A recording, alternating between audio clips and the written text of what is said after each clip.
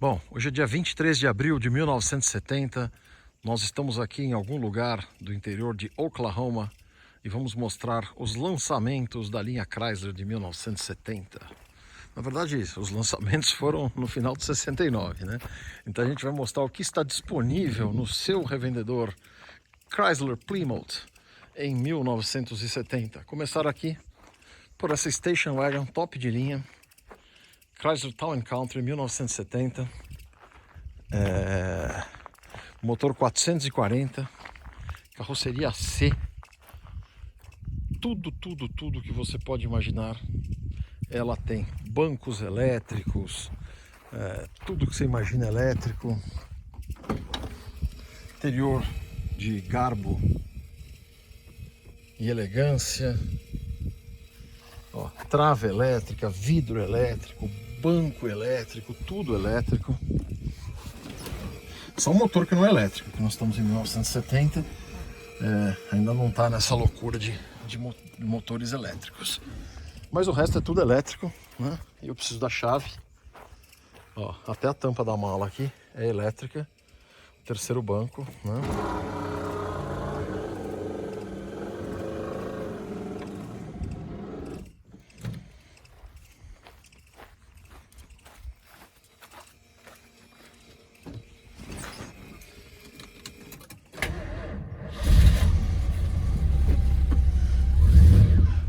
Gló anabolizado do motor 440.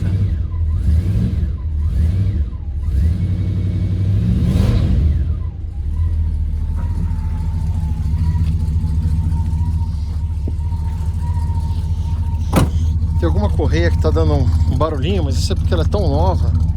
Nós estamos em 1970 que ela ainda não amaciou, né?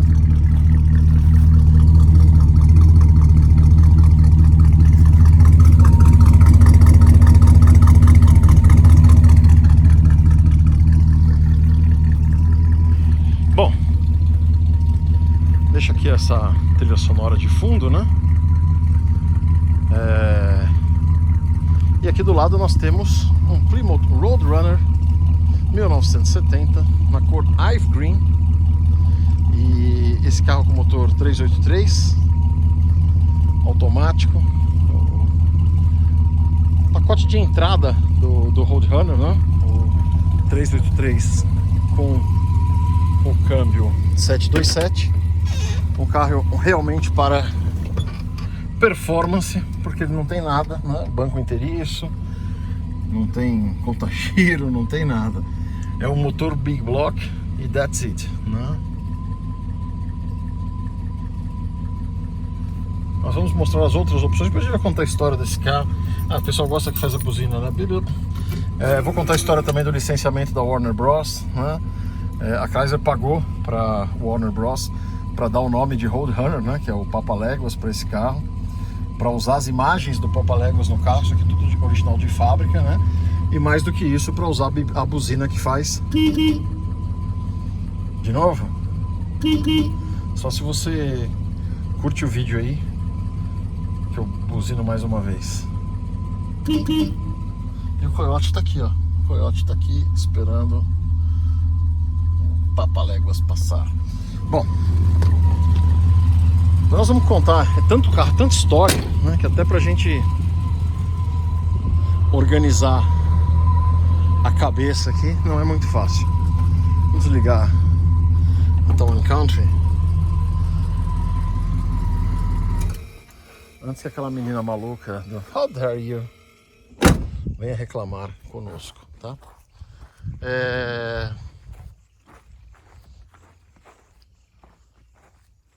Ainda aqui na concessionária Plymouth Chrysler, né? Cabe uma explicação. As concessionárias Chrysler, elas eram divididas em duas, né? Eram duas redes diferentes. Uma era Dodge Truck, né? Que vendia os carros da marca Dodge, e as picapes Dodge Truck, que atualmente, já de 10 anos para cá, virou Ram, né? E a outra vendia os carros da marca Plymouth e marca Chrysler. Então, Plymouth, que era a marca de entrada, e Chrysler, que era o topo de linha, ficavam na mesma concessionária. E Dodge Truck ficavam na outra, né? Então aqui você chegaria na sua concessionária Chrysler Plymouth e você poderia escolher a sua Chrysler Town Country, o seu Plymouth Roadrunner, o seu Plymouth Barracuda, né? Seu Barracuda 1970, ou o seu Plymouth Cuda 1970. Mas olha, qual a diferença do Cuda e do Barracuda? A gente já contou isso em algum outro vídeo do canal, né?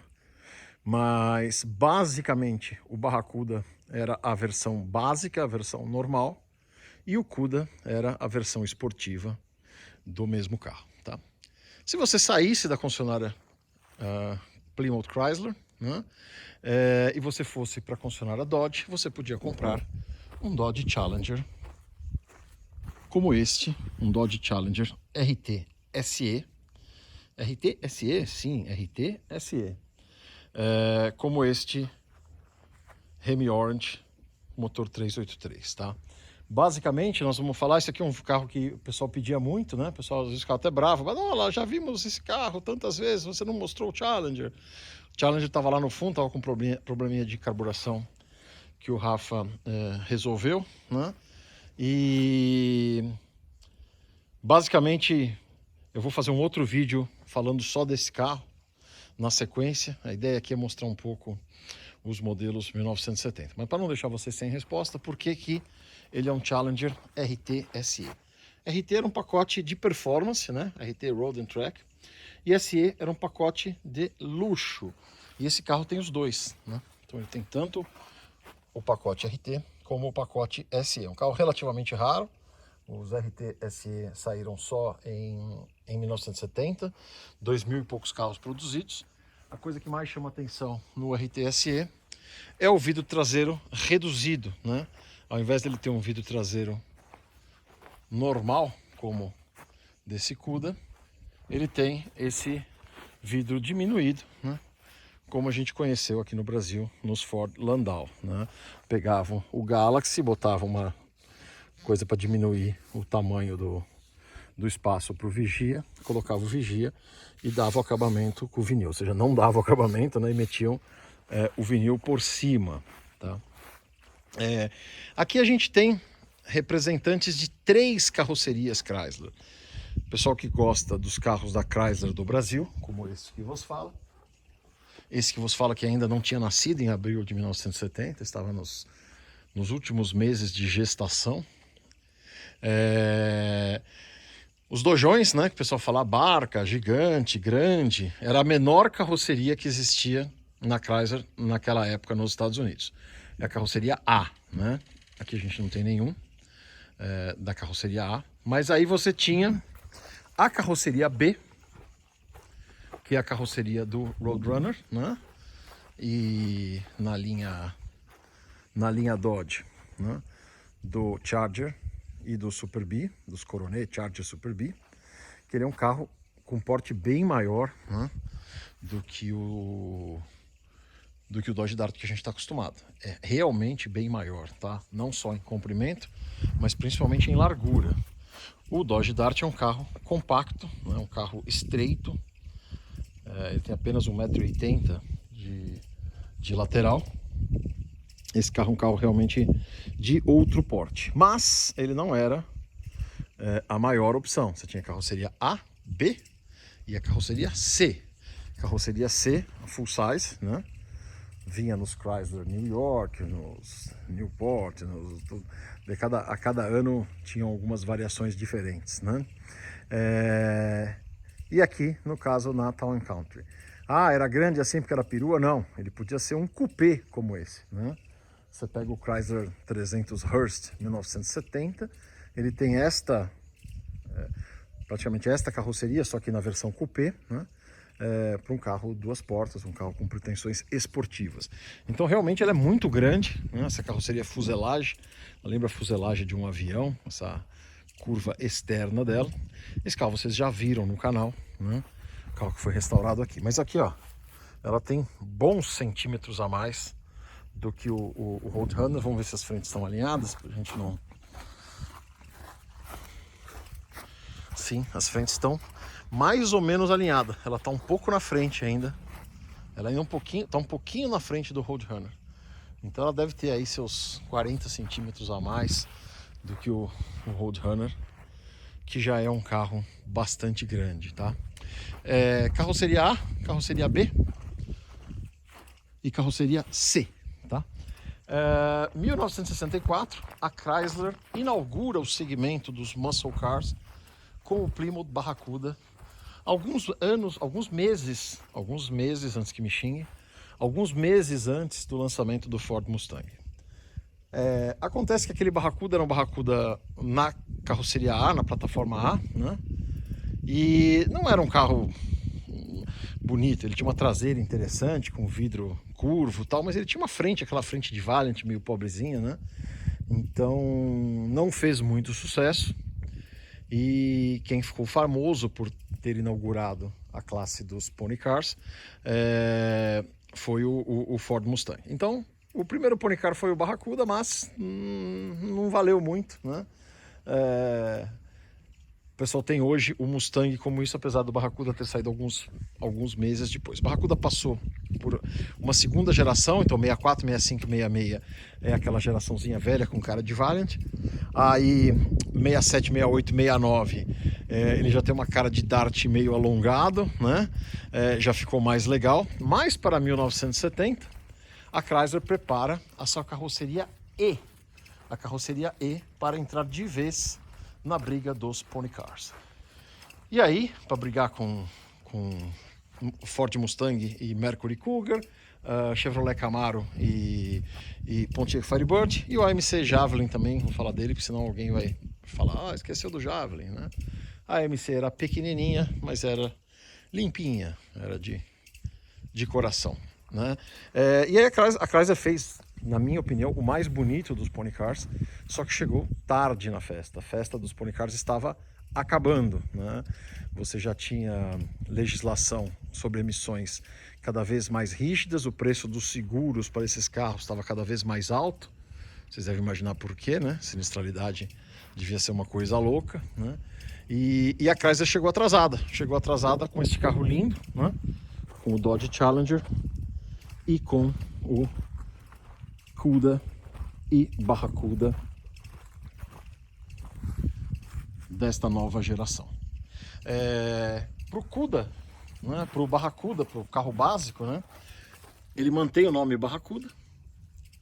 Esse aqui é um Barracuda básico, mas é um Barracuda Big Block, um Barracuda 383. Então ele tem esse desejável opcional de um motor Big Block, né? Já o Cuda, ele partia do 383, né? 383 era o primeiro motor menor. Depois ele podia ter o 440, 426 RM. Depois ainda tinha a opção do 340 no AAR, né? Mas o 340 é um motor small block, mas é um motor com uma pegada muito diferente, né? Já o Barracuda não o Cuda, né? O Barracuda, ele podia ter até o motor Slant Six. Eu já cheguei a ver Challenger com motor Slant Six 225, um lime green à venda uma vez no eBay, um preço bem razoável, né? Challenger 1970 lime green, Slant Six, né? Aquele tipo do carro que dá uma... Você não sabe o que fazer com ele, né?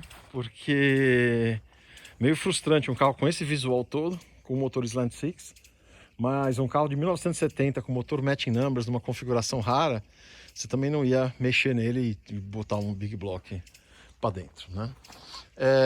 Esses 5 carros aqui têm histórias bem diferentes com a gente, tem estados de conservação bem diferentes. Eu vou contar brevemente a história de cada um deles, né? E vocês vão entender as circunstâncias que cada um deles chegou aqui, tá? Vamos na ordem que eles estão aqui mesmo. Primeiro esse Challenger RT. Esse Challenger foi importado para o Brasil, já tem mais de uma década, né? E houve alguma irregularidade no processo de importação e foi dado o perdimento, né? Eu não sei exatamente qual foi a irregularidade, mas eu vou supor uma irregularidade só para explicar o processo de perdimento. Imagina que você comprou um carro por 20 mil dólares, e aí toda a cascata de impostos vai incidir sobre esses 20 mil dólares. Mas o cara fala assim, não, eu sou muito esperto, não vou declarar por 20 mil, eu vou declarar por 10 mil, e aí os impostos ficam mais baratos. Quando chega aqui no Brasil, se a fiscalização fala, esse carro não custou 10 mil dólares, esse carro custou tanto. E às vezes tem coisas que eles fazem, que eu já vi casos, né, de jogar o VIN number no Google e apareceu o anúncio onde o carro estava anunciado. Aí o cara declarou por 10, o carro custava 20. Se você declara por 18, ainda fala, pô, ainda tem um chorinho, né? O cara pediu 20, eu paguei 18 e tal. Mas o cara pediu 20, você pagar 10, opa, tem alguma coisa errada. E aí não tem multa, não tem nada que resolva. Perdimento. Perdimento vai para leilão. De novo, não sei se foi o caso desse carro.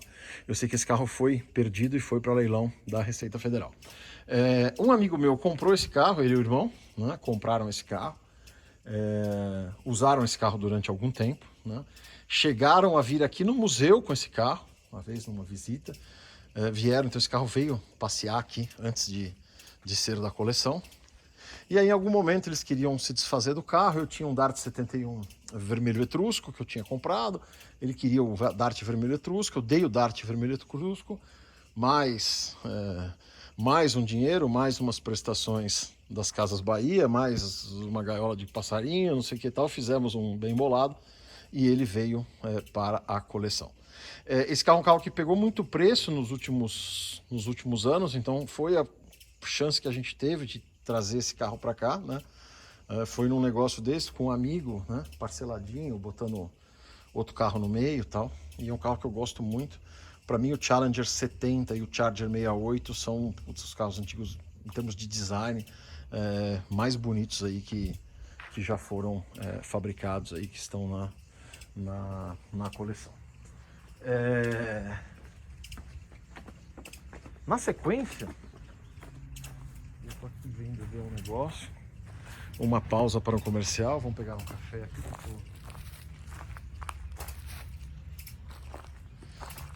Eu já continuo. Bom, continuando. Na sequência, a gente tem esse CUDA aqui. Esse carro aqui é um 383, tá? Só pra gente não esquecer de dar nenhuma informação técnica, né? Um 383. Essa cor Remy Orange, para todo mundo que vê, parece um laranja sólido, né? Mas ele não é. Ele é um laranja metálico com a granulação bem fininha e bem pouquinha de alumínio. Então você só percebe que ele é metálico quando está no sol e você olha bem de pertinho, né? Do contrário, ele parece uma cor sólida, né? Bom, vamos dar uma ligada nele antes de partir para o próximo. Esse carro é um carro que fazia tempo que me pediam para fazer um vídeo dele.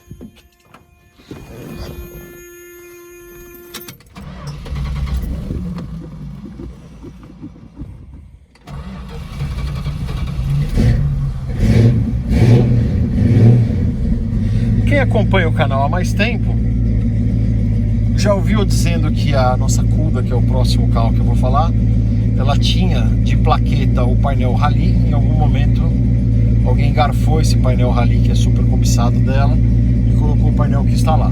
Esse é o painel Rally, né? Com esses 4 mostradores redondos do mesmo tamanho.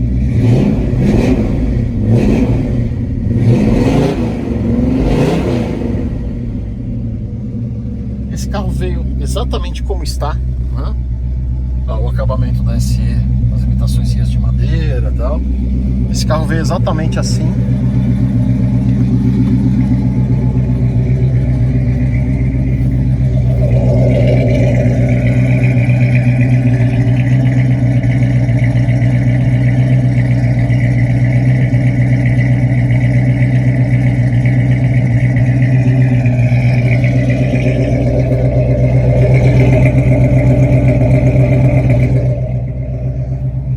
Que tem um ronco diferente, né?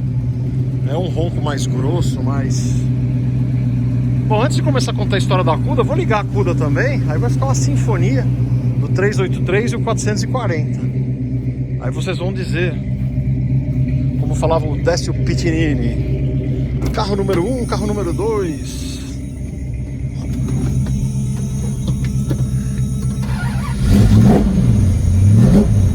Ó, esse é o painel que veio. Eu vou contar a história dessa Cuda. Ela veio toda desmontada, né? Ia virar um carro de corrida, né? Não tinha mais o motor, então... Mas eu já conto já. Vamos escutar os roncos dos motores.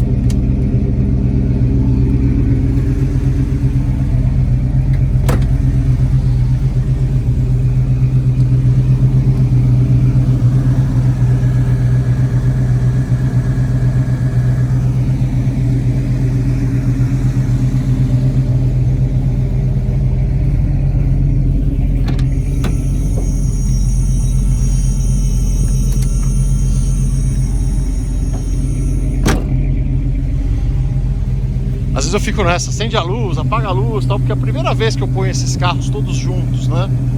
Esses 5 Chryslers 1970 juntos. Tô fazendo isso junto com os senhores aqui, né? Dividindo esse momento aí, né? Então manda aí nos comentários. 1970, você com 4.000 doletas no bolso, você ia de Cuda ou ia de Challenger?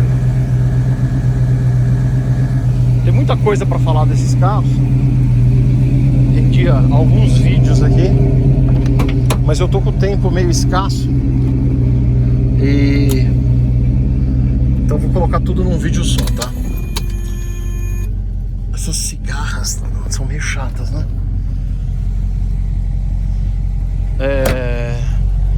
Vou falar um pouco da diferença do Challenger e do Cuda, do Challenger e do Barracuda, porque eles não são apenas o mesmo carro, eles não são apenas o mesmo carro com emblemas grades diferentes, né? Os dois têm a carroceria E, né? Mas o Barracuda é um carro menor, né? Ele tem 2 polegadas a menos de entre-eixos. Então aqui, ó, é até meio visual essa diferença, tá? Eles são quase alinhados, o Barracuda tá um tiquinho, uma merreca na frente, mas olha atrás, ó. O Challenger tá bem para trás, né? 2 polegadas, 5 centímetros, né? 5 centímetros a mais de entre-eixos, né? E algumas polegadas a mais no comprimento total. Então o Challenger é um carro um pouco maior. Ele partia de um Manufacturer Suggested Retail Price, né? O MSRP. Ele partia de $3.000, por isso que eu falei 4.000, né? Porque com 3.000 você comprava um de entrada, com 4.000 você já comprava um Big Block, um carro numa configuração legal, né? Então eles têm essas diferenças de carroceria. Os Cuda, principalmente os Cuda 1971, explodiram de preço, né? Os carros americanos dessa época pelo menos, né? Que tem alcançado os valores mais altos nos leilões. Não são nem os Winged Warriors, né? Não são nem os Superbirds Daytona, mas os Cuda 1971, aqueles que tem o Billboard Stripe, né? Aquela faixa faixa lousa, né? Aquela faixa que vem aqui e abre, Remy ou 383 ou 483. Esses dias colocaram no Facebook uma Cuda 1971 TX9, né, que é a cor preta, com a faixa, com a Phantom Stripe, né, com a faixa fantasma, né? O carro é preto brilhante com a faixa preto fosca, né? Essa Billboard Stripe Phantom, né, fantasma. Coisa linda, linda, linda, linda. Eram tantas opções, né, de modelos, de motorizações, de cor, de opcionais, que muitos desses carros têm quantidade muito baixa, né, de carros produzidos, né? E aqui está um exemplo deles. Esse Barracuda Standard Big Block, nessa cor, como é que é? Sand Beige, People Sand Beige, alguma coisa assim. Nesse bege areia, né? Era uma cor normal da linha Chrysler 1970, mas não era uma cor muito de Barracuda, né? As pessoas que compravam esses pony cars queriam cores mais cítricas, mais berrantes, né? Como o Inviolate ou como o Remy Orange, né? Aqui ele está numa configuração, eu já contei de tudo que eu vi na minha vida, 6 entre Cuda, Barracuda, conversível, Gran Coupé, só vi até hoje 6 nessa configuração de cor. E quando você cruza, e óbvio não tem os dados todos, mas quando você cruza a Barracuda, a Standard 383, nessa People Beige, eu acho que devem ser pouquíssimas unidades produzidas, né? Bom, voltando para a história desta unidade em específico, eu fui ver um carro na oficina de um conhecido meu, né? O cara tava montando uma super oficina, baita de um padrão e tal. Tinha ido ver um outro carro e vi esse Barracuda largado num canto, sem motor, né? Sem motor e câmbio, bem depenado, né? Mas muito bom de lata, muito bom de lata. Tinha uma lateral só com alguma coisinha para fazer. O resto era muito zerado de lata, né? E na configuração de cor FC7, né, que é o Inviolate. É a mesma cor da linha Dodge. O FC7 é o Plum Crazy, né? Aqui ela é o Inviolate. Eu e as minhas dificuldades para abrir carro, capô com uma mão só, mas eu consegui, eu venci a anorexia. Tá aqui, ó. FC7, o Inviolate, né? Então esse carro estava desmontado, esse carro ia virar um carro de corrida, né? A pessoa tinha um motor 426 Stroker, né? Um motor realmente para pista. E o dono dele tinha desistido do projeto, né? Falou, desisti, vou embora do Brasil, não sei o quê. E colocou o carro à venda, né? Eu, como tinha esse motor 440 comprado para um projeto daquela DC em cabine dupla, que está pintada desde a Copa de 2014, eu falei, caramba, se eu compro esse Barracuda, compro esse Cuda, né, sem motor e câmbio, e eu já tenho motor e câmbio, eu tinha o motor 440 e o câmbio 727, que era o câmbio original dela, a mesma configuração, não a mesma unidade, né? Eu vou ter um baita de um carro legal e eu vou conseguir comprar com preço bom ainda, porque, pô, pela coisa, um carro 1970, né, um Cuda 70, FC7 e tal, acabou dando negócio e a gente fez isso, a gente montou o carro, né? Então esse carro não é matching numbers, esse carro de fábrica, ele tinha motor 383, então olha que engraçado, ó, 383 de fábrica, era 383 de fábrica, 383 de fábrica, 383 de fábrica e a bitelona lá, 440, né? Com essa mudança ficou 440, 383, 383, 440 e 383. Então foi um carro que a gente salvou. A gente fala que tem os carros que estão na beira do Vale da Morte, né? Esse aqui estava na beira do Vale das Pistas. A gente não tem nada contra carro de corrida. A gente só acha que não é legal pegar alguns carros muito legais, muito importantes, configurações legais para fazer isso, porque carro de corrida, em muitos casos, frequentemente, acaba nunca mais voltando, né? Então a gente pegou esse carro, fizemos uma restauração dele, essa cor aí que dá um tapa na cara, né? Tem horas que você olha, ele é mais azul, dependendo de onde você bate o ângulo aqui, é mais roxo. Como a câmera muda os tons de cor, eu sei lá o que vocês estão vendo aí. Vocês estão vendo roxo, vocês estão vendo rosa, o que vocês estão vendo? E ficou legal, né? Ficou salvo aí, ficou preservada essa unidade. Não é um carro que tem tanto valor de mercado, né, como ela teria se fosse uma matching numbers, aquela história toda, como esse carro é, como aquela lá é. Só que vamos partir para essa aqui. Essa daqui é um carro sem restauração, né, um Survivor. Esse carro a gente importou dos Estados Unidos, mas não é uma configuração tão desejada, né, como essa daqui. Então a vida como ela é, nem sempre dá. Óbvio que a gente queria ter este carro aqui no estado que está esse, né? Mas nem sempre as coisas são como a gente gostaria. Esse carro a gente localizou nos Estados Unidos, naquela época que eu disse. E a história dos dois aqui é mais ou menos parecida, tá?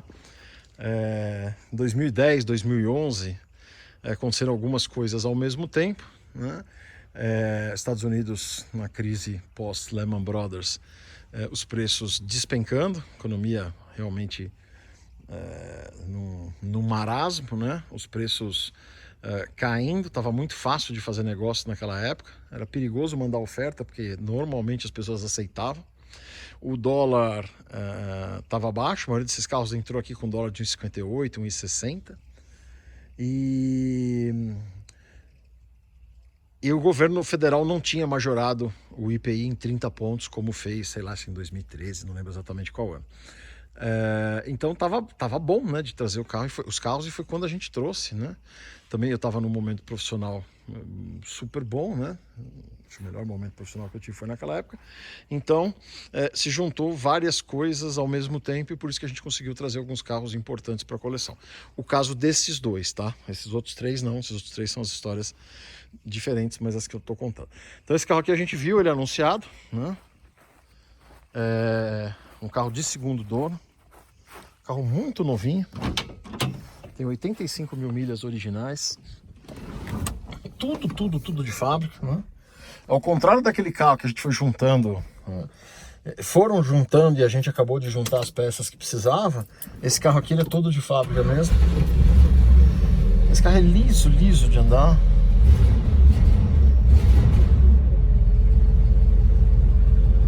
Mas por ser um carro não restaurado, ele traz algumas marcas do tempo, algumas coisas que não são exatamente como a gente queria, tá?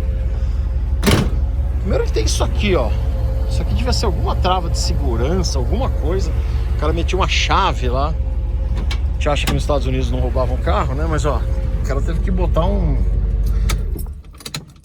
Bom, quem assistiu o filme que eu mostrei outro dia na área de membros lá, como chama? O Gone in 60 Seconds original. O cara dá um tutorial de como roubar carro, né? Com o Challenger 72, 73, sei lá, Sadmouth, né? Então esse carro tem algumas coisas também, né? Você pega essa lateral daqui, é lisa, linda, dá vontade de lamber. Aqui tem um retoque bem Pig Service, né? Ó. Esses estourados aqui, tinta acrílica em cima de tinta acrílica. Aqui vem também, né? E aqui a Gambi, tá. Balola, você vai mexer nisso? Não, não vou mexer, deixa assim. A gente tem um monte de carro para restaurar, um monte de história para contar. E isso aqui conta a história dele, né? Mas você vê os vídeos do carro, não tem risco. Carro que nunca foi desmontado. Realmente é uma coisa diferente, né? Então esse carro veio do jeito que veio, ele está, né? Já tem aí seus 8 anos que está aqui com a gente, eu acho, 8, 9 anos. E a mesma coisa o Roadrunner. O Roadrunner veio antes, tá? Esse Roadrunner a gente comprou no estado de Michigan, então ele ficou a vida inteira no estado de Michigan. Esse Roadrunner tem 60 mil milhas e ele tomou literalmente um banho de tinta de porta fechada. E aí não é força de expressão, não. Tem lugares que você vê a fita, né? Onde veio a tinta nova, onde não veio. Então o cara realmente deu um banho de tinta de porta fechada, né? Aqui, ó. Aqui tá fácil de ver. Ó. Tinta nova, tinta velha, né? Então ele deu um banho de tinta de porta fechada, mas num carro muito bom, muito novinho, né? 65 mil milhas, tá? Aqui tem uma coisa legal, que é muito que eu falo, principalmente quando a gente fala de restauração de carros aqui no Brasil, e principalmente nos Opalas, né? Que hoje tem algumas empresas se animando a fazer as reproduções, mas são reproduções que, por melhor que sejam, a gente sabe, né? Bate o olho e sabe que é reprodução. Esse carro aqui, ele tem toda a tapeçaria de fábrica, né? As forros de porta, carpete, banco traseiro, o headline, o forro do teto, né? Tudo de fábrica, exceto a do banco dianteiro. Exceto não, porque a do banco dianteiro ele tem também, só que tá no porta-mala. Ele tinha uns manchadinhos aqui, não sei se de cigarro, o que foi, umas coisas. E quem pegou esse carro, deu um banho de tinta, optou por trocar este forro. E tem um forro, esse forro aqui é um forro da Year One. Ele é exatamente igual ao traseiro, né? E aí você pega o original que tá lá dentro, machucado lá com bituca de cigarro, né? Não dá para saber qual que é o de fábrica ou qual que é a reprodução, né? Tão perfeita, tão bem feita que elas são. É isso que a gente precisa aqui, mas a culpa não é de quem faz, né? Quem faz tá sendo até meio herói de fazer, uma vez que o mercado é muito pequeno, né? Muito limitado e grandes são as chances da pessoa fazer e não conseguir dar payback no investimento, né? Vender 3, 4 capas assim e acabar, né? Então esses dois Plymouth 1970 vieram da mesma forma. Eu fiz a importação, comprei o carro nos Estados Unidos e fiz a importação, né? Óbvio, com parceiro, tal, não fui eu que fui lá no despachante e tal. Vocês entenderam, né? O Roadrunner, o conceito do Roadrunner, e o Roadrunner tem 3 anos do Roadrunner clássico, né? 68, 69 e 70. A gente fez um vídeo do 68 recentemente, o nosso branco Remy, né? Esse carro era um carro muito despojado, com muito poucos opcionais. Você vê o próprio Roadrunner 68, que tem o motor Remy, ele tem banco inteiriço e câmbio embaixo sem console, né? Então o carro era para ser barato, enquanto um Challenger partia de 3 mil, sei lá se o Roadrunner partia de 2.600 e tal. Era um carro realmente barato e com motor no mínimo Big Block, no mínimo 383. Então esse Roadrunner 70, ele podia vir com o motor 383 como está aí. Em 1970 o 383 usa os cabeçotes do 440, então ele é o 383 mais forte da história, tem 325 HP de fábrica. Depois você tinha o 440 4V, né, quadrijet. Depois o 440 6V, que era o six-pack, né, com 3 carburadores duplos, chegava em 390 HP. E aí o 426 Remy com seus 425 HP. A Chrysler licenciou o personagem Roadrunner, né, o BB, da Warner Brothers, né? Pagou a licença para usar o número, para usar o nome, para usar a buzina que eu mostrei no começo do vídeo e para usar os decalques todos, né? E realmente é uma coisa bem inusitada. Tem uma propaganda desse Roadrunner 70 que ele tem um outro capô, um capô com o scoop abertinho na frente, e que sai um boneco inflável do Roadrunner gigantesco, né? Então os loucos anos 70, os loucos final dos anos 60, começo dos anos 70, época de muita loucura em todos os aspectos da cultura humana, né? Inclusive na automotiva. Então era isso, tá? Quis mostrar dividir com você essa cena aqui, dividir com vocês essa cena, primeira vez que a gente coloca os nossos 5 Mopar americanos de 1970, lado a lado, né? E a gente espera que... A gente exagerou um pouco no tempo que eles ficaram parados lá no Galpão 2. Já expliquei o motivo, né? Esses carros são grandes, o galpão tem uma largura um pouco menor e vai ser bem saudável, vai ser muito bom jogar eles lá pro Galpão 4, onde eles vão ficar mais valorizados, eles vão ficar mais fáceis de sair, de sair para dar uma volta, funcionar, ir para um evento e tal, para que eles não passem mais o tempo que eles ficaram em inatividade. Deixa eu mostrar a buzina do Roadrunner, né? Eu já buzinei, vocês já escutaram, mas vocês não viram ela, né? A buzina é roxinha, um lilás. E vem escrito aqui, ó, a voz do Roadrunner, né? The Voice of Roadrunner.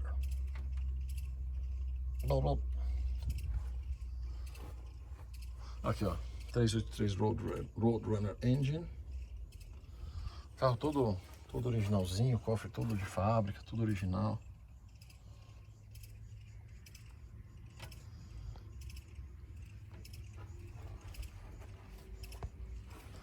Ah, faltou uma coisa a falar. Eu vou falando e vou lembrando.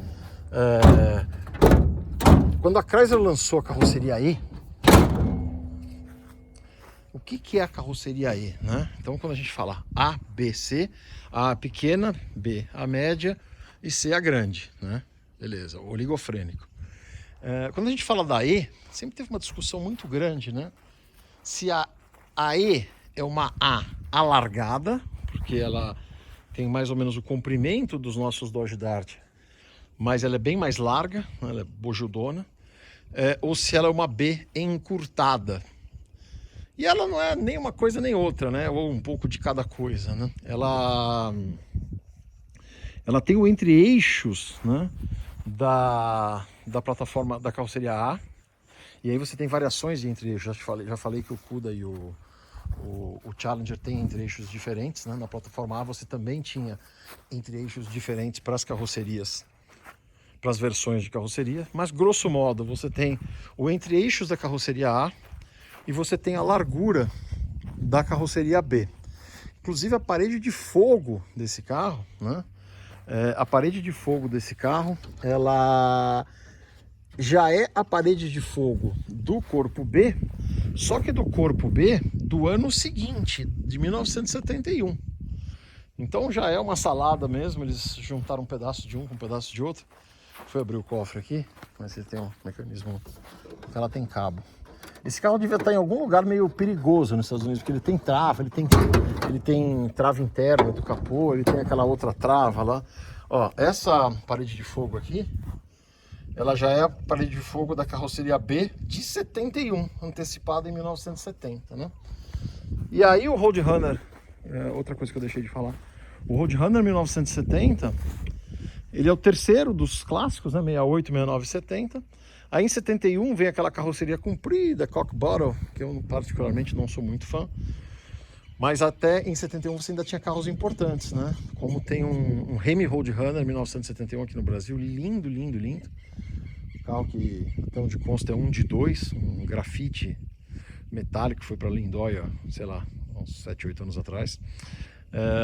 Mas aí a partir de 72 os motores já começam a ficar mais manco, mesmo os Big Block começam a ter menos compressão, e aí você acaba tendo as bizarrices de ter um Roadrunner da carroceria F, né? Então a gente tem aquele Plymouth Duster, né, que é a base uma versão do Volare.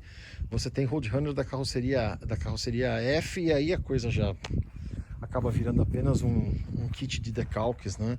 E perde esse conceito original do carro grande, despojado, com motor maior ainda e barato, né?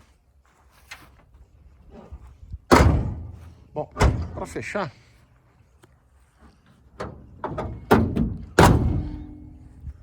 vou mostrar eles aqui de cima.